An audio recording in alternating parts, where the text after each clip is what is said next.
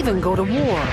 In the longer term, we take nothing off the table. Mr. President, I have said nothing is off the table. When I say all options are at the table, I mean it.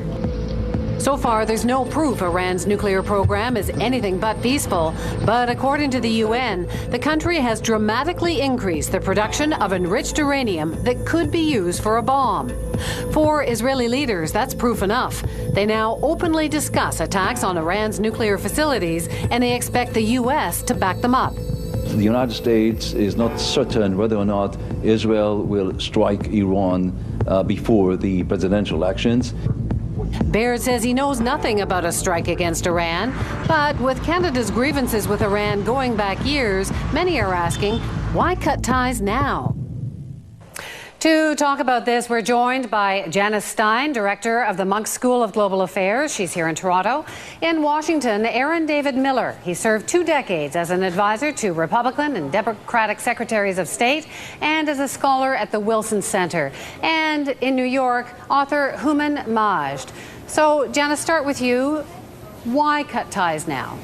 3 reasons coming together, Wendy. One is, in fact, that our diplomats in Tehran, there were only 7. We had a charge d'affaires there, and they were totally shut out. They had no access to the Iranian government at all over the last several months. There are Iranian Canadians who are in jail. Our staff on the ground were absolutely unable to do anything for them, and the operation was costing $7 million. The department's in the midst of budget cutting. So there's some pressure there, but I don't think that's enough. The second reason, growing concern about what the Iranian embassy, which was one of the largest, was doing on the ground in Canada. What do you mean?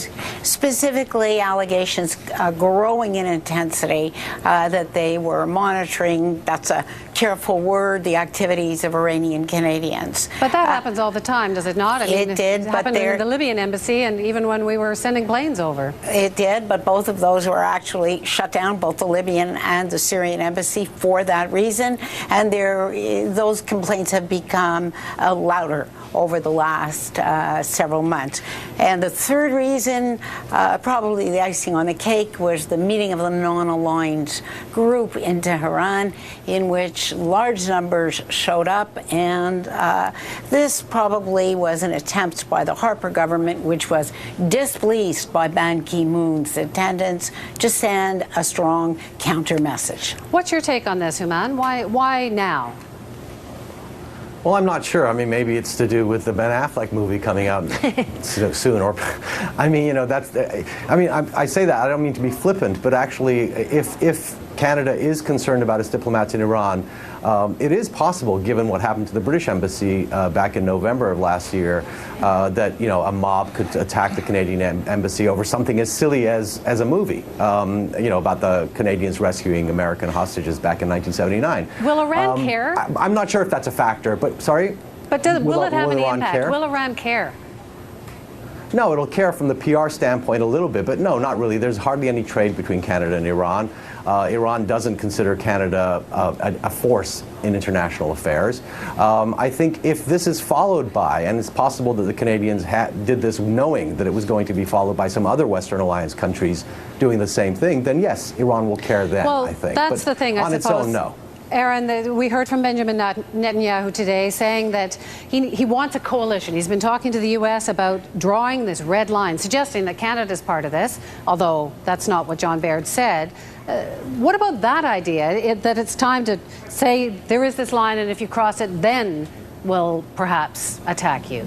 Well, I think if the international community was serious about actually creating a red line that had identifiable components that could actually be measured, there were metrics to determine whether or not Iran had crossed it, and then if in fact the Iranians did cross it on the nuclear issue, the international community acting together would actually respond. Is that going to happen? They've responded with sanctions. They've tried negotiations. The reality is, look, I don't want to trivialize the Israeli concerns. I live in Chevy Chase, Maryland. I'm not sitting in downtown Tel Aviv or Jerusalem and listening to Iranian rhetoric on Israel as a cancer and Holocaust denial and an insult to humanity. But the reality is there's only one country in the world right now, in September 2012, that considers Iran an existential threat to Israel and that requires a war of necessity, and that is Israel.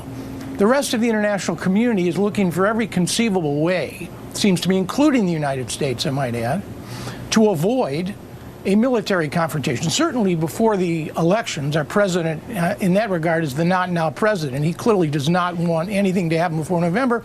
And I would argue he's not, his heart isn't in this one even between now and the end of the year. I think this is a 2013 problem, and I suggest to you that Netanyahu, constrained by the problems that any Israeli military operation would pose, that is to say, would it work given the risks? Number two, he can't get a consensus within his own country to act. Okay, well, let me go to Janice here. And number three's got the Americans telling him to be very careful. So I think he's looking for a way as well. The Red Line concept may be that way. So, Janice, do you see anyone signing up for the Red Line Coalition? And would that even work? You know, Wendy, the problem is that this term red line is a often used expression in Israeli political culture. Doesn't mean that much. Obama drew a red line. He said his red line was Iran could not have a nuclear weapon. That's not actually good enough. So what's at play here? Then what's really happening? Well, what is really happening is there's a profound disagreement between the United States and Israel about what is enough.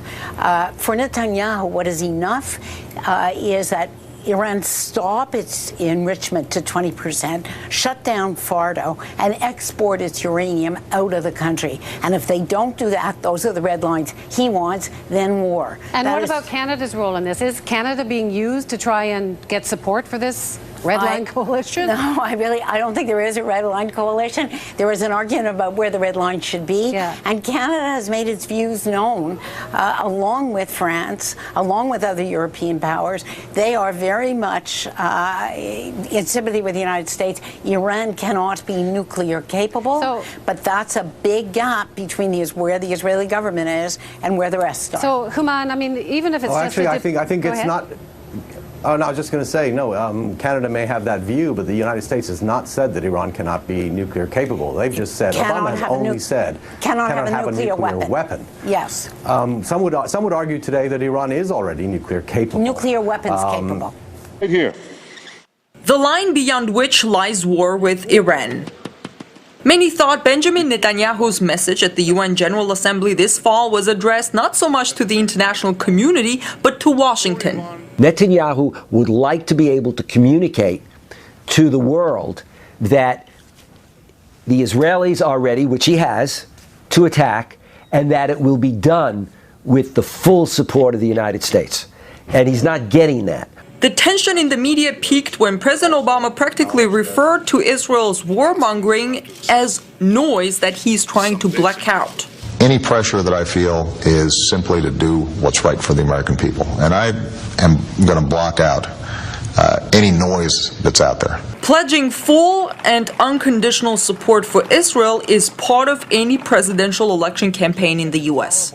The possibility of war with Iran adds a new dimension to this election season. The Israelis will attack the Iranians. They will attack.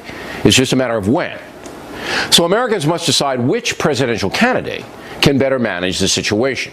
Despite campaign bickering, President Obama has thrown allies like Israel under the bus. The last debate on foreign policy has shown the candidates hold almost identical views on the issue. What if the Prime Minister of Israel called you on the phone and said, our bombers are on the way, we're going to bomb Iran? What do you say? Bob, let's not go into hypotheticals of that nature.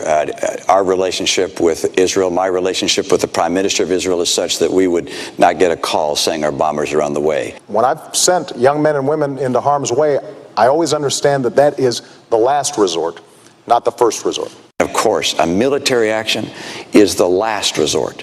As far as red lines for Iran, I understand and share Prime Minister Netanyahu's insistence that Iran should not obtain a nuclear weapon. My red line is Iran may not have a nuclear weapon. Iran as a nuclear nation is unacceptable to the United States of America. President Obama said exactly the same thing. 29 standing ovations to the Israeli Prime Minister's speech before Congress, among other things, showed just how powerful the Israeli lobby is in Washington.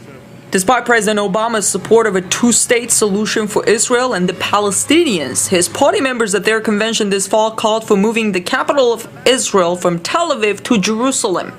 it remains evident that there is no daylight between the two parties of Israel. Obama was the guy who gave the impression, with his Cairo speech and others, that he was willing to begin to renegotiate America's policy on Israel and Palestine. But in fact, when it came down to hard political realities, has backed off. But will he back off when Israel decides to attack Iran? You have psychopaths in charge, and that's all it is. These are crazy people. I mean, how successful do they have to be? Look at the great job, of success that they create to create more wars. How could people let them get away with this? I say that, of course, facetiously. It's been a disaster in Iraq. What did it cost? $1 trillion, 1 million people killed in Iraq, their country destroyed. Every day you pick the paper up, 8 killed, 20 killed, 30 killed, 100 killed. Then you look at what's going on. Oh, by the way, it was a good reason to have that war. That Saddam Hussein had weapons of mass destruction and ties to Al-Qaeda. They never existed, but who cares? And then, of course, there's the wonderful Afghan war, going on to be the longest war in American history.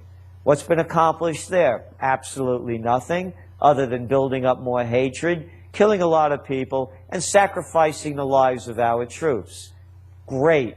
What are they showing now? 1 out of 2 American troops coming back either have a mental or a physical disability. So now they're going to start new ones.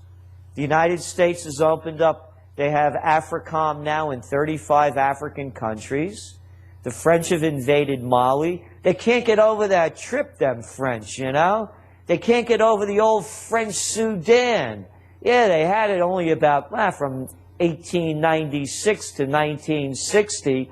Oh, it couldn't be because of the uranium right next door in Niger that the Chinese and the people from India are going in and making deals with the dirt-poor Niger government to get their extraction of uranium out. Oh, it couldn't be because France has 75% of its energy coming from nuclear power, and now the people that own those natural resources want them for themselves. Could you imagine that? That's a good reason to bomb a country. And they could see the United States is opening up now fields in Africa to put drones in for more surveillance. And then you read the news coming out from the so-called terrorists to say, hey, there's going to be payback down the line. And we're warning you, it's going to hit France, it's going to hit the U.S., and other NATO countries that are supporting the interventions and occupations. And then, as I mentioned, look what's going on in Libya. Oh, I forgot to mention that brilliant strategic move by the U.S. military and the psychopaths in chief. You saw that wonderful clip of Hillary Clinton laughing. We came, he saw he died when she found out that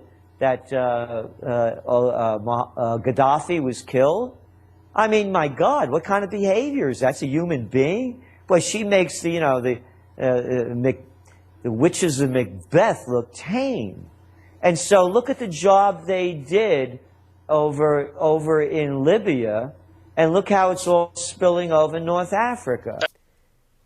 Israel has the supreme right to defend itself, and every politician's repeating the same line.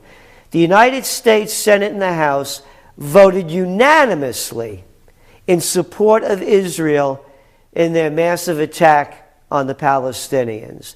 Let's get this straight. I'm tired of hearing about these little bottle rockets that are going in there from the Palestinian side. Are they destabilizing things? Yes. But what has Israel done in the last year? Read back, review the trends journals, look at the map that we put up last week. They keep stealing Palestinian land and keep killing anybody from Hamas that they want. And then when